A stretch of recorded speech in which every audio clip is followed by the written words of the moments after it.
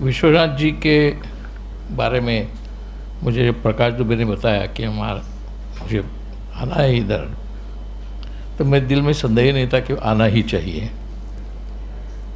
वो मेरे कलीग थे और जहाँ मैं बैठता था मार्स टाइम्स का संपादक होते हुए थोड़ा ही अंतर छोड़ के उनकी केबिन थी। नवभारत टाइम्स का ऑफिस उधर ही था, वही माले पे। और मैं आया था मार्स टाइम्स में इकोनॉमिक टाइम्स में 17-18 बरस रहने के बाद। तब मेरे कलीग गुरबीर सिंह भी थे और टाइम्स ऑफ इंडिया में विद्याधर दाते, अरुण साधु, BM पुरंदरे, ऐसे बहुत सारे लोग होते थे उस ज़माने में। अब ये भी होगा शायद, मालूम नहीं, लेकिन जो अंग्रेज़ी पत्रकारिता में रहते थे, भले वो टाइम्स ऑफ इंडिया हो, इंडियन एक्सप्रेस हो मुंबई में, हिंदुस्तान टाइम्स हो दिल्ली में, तो उनका जो अप्रोच था नवभारत टाइम्स और महाराष्ट्र टाइम्स के बारे में, वो ये सब फालतू लोग हैं। अंग्रेज़ी पत्र का जो है वो सच है, वो जो लिखता है उससे देश चलता है। और ये लोग हैं वो ठीक है, लेकिन ये एटमॉस्फेयर बदल जाता था तब जब कोई दिल्ली के बड़े बड़े कॉरेस्पॉन्डेंट महाराष्ट्र में आते थे महाराष्ट्र की इलेक्शन कवर करने के लिए। अभी उनको कुछ मालूम ही नहीं होता था कि मराठवाड़ा क्या है, विदर्भ क्या है, कोंकण क्या है, उधर के कौन कैंडिडेट है, क्या बोलते हैं, भाषण में क्या बोलते हैं, कुछ उनको पता नहीं रहता था। तब उनको लैंग्वेज जर्नलिस्ट की बहुत ज़रूरत होती थी। तो अच्छा हमको लेके जाओगे आप कोंकण में या विदर्भ में किधर, और फिर हमारे से इतनी नम्रता से वो बात करेंगे कि उनको ये ध्यान में भी नहीं आएगा कि हम जब ये ख़त्म होगा सिलसिला इलेक्शन का, तब फिर से महाराष्ट्र टाइम्स और नवभारत टाइम्स को उसी तरह देखेंगे जैसे वो पहले से देखते थे। तो मैं अंग्रेज़ी पत्रकारिता से आया, मैं इकोनॉमिक टाइम्स में था, तो मुझे उधर का एटीट्यूड पूरा मालूम था, उन लोगों का क्या है। उन लोगों को कुछ भी मालूम नहीं रहता था। आई एम सॉरी टू से, दाते मेरे ही कलीग थे महाराष्ट्र, वो टाइम्स ऑफ इंडिया में थे, अरुण साधु, और वो भी मराठी थे। तो वो हमेशा इकोनॉमिक टाइम्स में, तो क्या होता था तब इतना ओपन मार्केट वगैरह सिस्टम नहीं था, और मुझे वो market, stock market, commodity market कुछ भी समझ नहीं रहा था। मैं महाराष्ट्र कॉरेस्पॉन्डेंट था, तो महाराष्ट्र लेजिस्लेटिव असेंबली कवर करो, मंत्रालय कवर करो, महाराष्ट्र की जो चीज़ें हैं वो मैं इकोनॉमिक टाइम्स में कवर करता था, कोई मार्केट की चीज़ नहीं। हाँ, ऐसे उसके बाद में नाम बदल गया, पॉलिटिकल पेज। तो एक्चुअली मैं जब आया महाराष्ट्र टाइम्स में इकोनॉमिक टाइम्स छोड़ के, तब मुझे पता चला इधर ही नवभारत टाइम्स है। तो हम दोनों एक ही कंपार्टमेंट में बैठे हैं ऊपर के लोगों की तरफ से। तो तब मैंने नवभारत टाइम्स रेगुलरली पढ़ना शुरू किया, क्योंकि टेबल पे ही आता था। जब संपादक होते हैं ना, तो जो एडवांटेजेस है उसमें एक ये वो था कि सब जो पेपर है वो कंपनी के, वो अपने टेबल पे आएंगे। जब मैं इकोनॉमिक टाइम्स में था तब नवभारत टाइम्स क्या है, नवभारत टाइम्स महाराष्ट्र टाइम्स पढ़ता था क्योंकि मैं मराठी था, लेकिन नवभारत टाइम्स के बारे में उधर का जो प्रिवेलिंग एटीट्यूड था उससे मेरा ज़्यादा फर्क नहीं था। लेकिन मैं उतना खुद को सुपीरियर समझता नहीं था। क्यों नहीं समझता था? क्योंकि मेरे बहुत सारे दोस्त हिंदी जर्नलिज्म में थे। SP सिंह थे, और अभी जो NDTV के चीफ है संजय पुगालिया, वो भी थे। मिलिंद खांडेकर जो बाद में स्टार माजा से गए, वो भी थे। तो बहुत सारे हिंदी पत्रकार मेरे दोस्त थे। इसके लिए मेरा अप्रोच नवभारत टाइम्स के लिए ऐसा नहीं था जैसा अंग्रेज़ी पत्रकारों का होता है।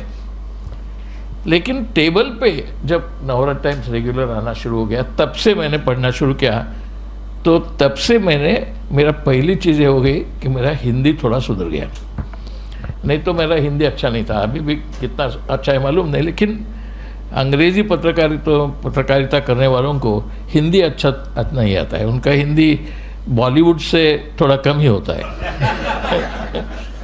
आप बॉलीवुड की तारीफ कर रहे हैं। लेकिन मैं और विश्वनाथ 100% डेली मिलते थे। कहाँ, जिसका जिक्र किया इन लोगों ने अभी, DLR नाम का एक इंस्टीट्यूशन है टाइम्स ऑफ इंडिया में। DLR का मतलब डायरेक्टर्स लंच रूम। तो अभी आप जब संपादक बनते हैं तब इमीडिएटली नहीं बुलाते उधर, फिर आपको एक स्पेशल इनविटेशन आता है चेयरमैन या मैनेजिंग डायरेक्टर और जनरल मैनेजर से कि आपको अभी कल से दोपहर के लंच के लिए DLR में, DLR ही नाम रहता था, डायरेक्टर्स लंच रूम में आना होगा। तब आप जा सकते थे। जब मैं संपादक बना उसके इमीडिएटली उसके बाद नहीं होता है, वो थोड़ा सा उनको एक चाहिए, इनिशिएशन चाहिए। तो वो बपतिस्मा होने के बाद हम जाते थे। तो मेरे साथ विश्वनाथ जी भी होते थे, DLR में जाते। सो तब हम बात क्या करते थे, क्योंकि बाकी तो सब ये सुपीरियर लोग रहते थे, अंग्रेजी एडिटर्स ये वो सब, तो मैं और विश्वनाथ हमेशा साथ में रहते थे उधर। हमको वो खाना खाने में इतना ज़्यादा रस नहीं था दोनों को, वो रहता था elaborate lunch of the directors board. इसी तरह से हमारी दोस्ती उधर DLR से बढ़ गई, पेपर से नहीं। और DLR से दोस्ती बढ़ने के बिकॉज तब चर्चा होती थी उनकी लीड स्टोरी क्या है, उनका क्या है, हमारी लीड स्टोरी क्या है, कौन से आर्टिकल है। संडे भी मैं देखता था तो संडे में क्या है। अभी एक प्रसंग मैं बता सकता हूँ, बताना कितना अच्छा है मालूम नहीं, लेकिन जाने दो। अभी हम दोनों तीनों 80 के घर में है तो चलेगा कुछ भी। एक दिन हमको, उनको भी याद होगा, VC कहते थे समी जैन को, VC जी ने बुलाया। तो विश्वनाथ जी थे, मैं था, याद होगा उनको, बच्ची करकर, दीना वकील, हम सब, और दिलीप पाड़गांवकर भी थे हमारे साथ। ये सब दिलीप पाड़गांवकर दिल्ली से आए थे, हमको बुलाया। और समी जैन का आपको मालूम नहीं है किस तरह वो उनका डायलॉग रहता है। वो आपकी तरफ देखते नहीं है आँख लगा के, ऐसे नहीं, वो ऊपर देखते हैं। आपको क्या लगता है, what do you think is going to happen, right? तो somebody from our gang of editors will say something that no, but do you think the CM will survive, or something like that, some very strange irrelevant question. To that there will be equally an irrelevant answer. तो वहाँ बैठे थे, तब उन्होंने कहा, एक प्रसंग में मुझे याद है, मैंने बिल क्लिंटन हुए थे 92 में प्रेसिडेंट, 93 में उनका शपथ विधि हुआ 20 जनवरी के बाद। उसके बाद 2-3 बरस के बाद ये मीटिंग हुई, तो मैंने कुछ लिखा था आर्टिकल, उनके क्या क्या धोरण होंगे वियतनाम के बारे में, इराक के बारे में, जो कुछ है। तब that second part of Clinton's presidency in the first election, American press में चल रहा था उनके लॉ अफेयर्स की चर्चा।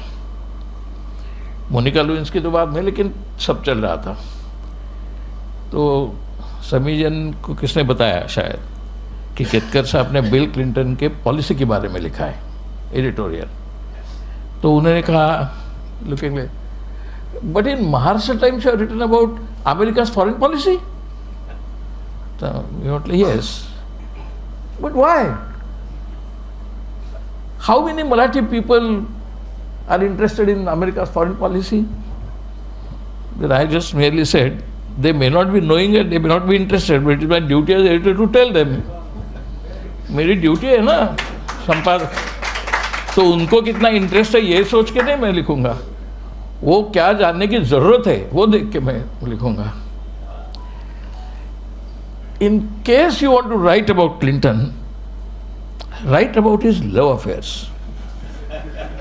Don't write about policies. अभी that was his approach. Then he gave an explanation. ये देखो, अपना जो धंधा है पेपर वालों का, ये एक एंटरटेनमेंट बिजनेस है। जब एडवर्टीजमेंट होने के बाद कुछ स्पेस बचती है ना, तब आपका सब आता है। जो आप लिखते हैं रिपोर्टर वगैरह, वो एडवर्टीजमेंट के बीच में जगह रहती है, उसमें आपको लिखना है। आपको उससे ज़्यादा कुछ लिखने का नहीं है, जगह उतनी है आपके लिए। और देखो उसका इकोनॉमिक्स समझो। आपका सेंटर में कोई एक कॉलम है लिखा हुआ, उसके बाजू में एक एडवर्टीजमेंट है, उसके लेफ्ट में एक है, राइट में एक एडवर्टीजमेंट है, उसका हम कितना पैसा लेते हैं? ये तो आपको फ्री मिलता है। आपको आपका जो ओपिनियन है वो आपको फ्री में लिखने को मिलता है। That is a loss to the company. ये सब आपको फ्री में देने का है, ये सब लॉस है कंपनी का। ये सोच के ध्यान में रखो, journalism is not a mission, it is a business, and we are running business.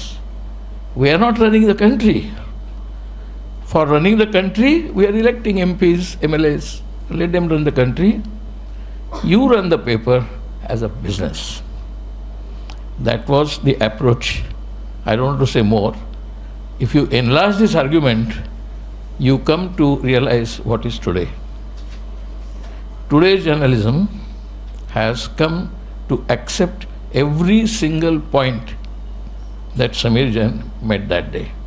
And that is why, without casting any aspersion on the present journalists, they are all my friends or colleagues, I can say that today's papers are getting more and more unreadable, not because me and Vishwanath Ji and Date are not there. They are getting unreadable because of the philosophy behind the newspaper journalism is that it is a business and not journalism.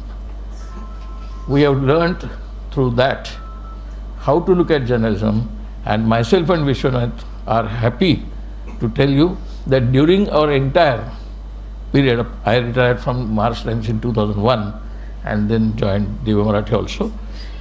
At least, thankfully, our day-to-day affairs did not become a full business. We carried out journalism, and we believe in journalism, and we think journalism must survive, though it is turbulent and difficult times for journalists. Thank you. Stay ahead with our cutting-edge news app. Instantly access the latest shorts in just 1 minute and breaking news in just 50 words. Download now for a smarter, faster news experience.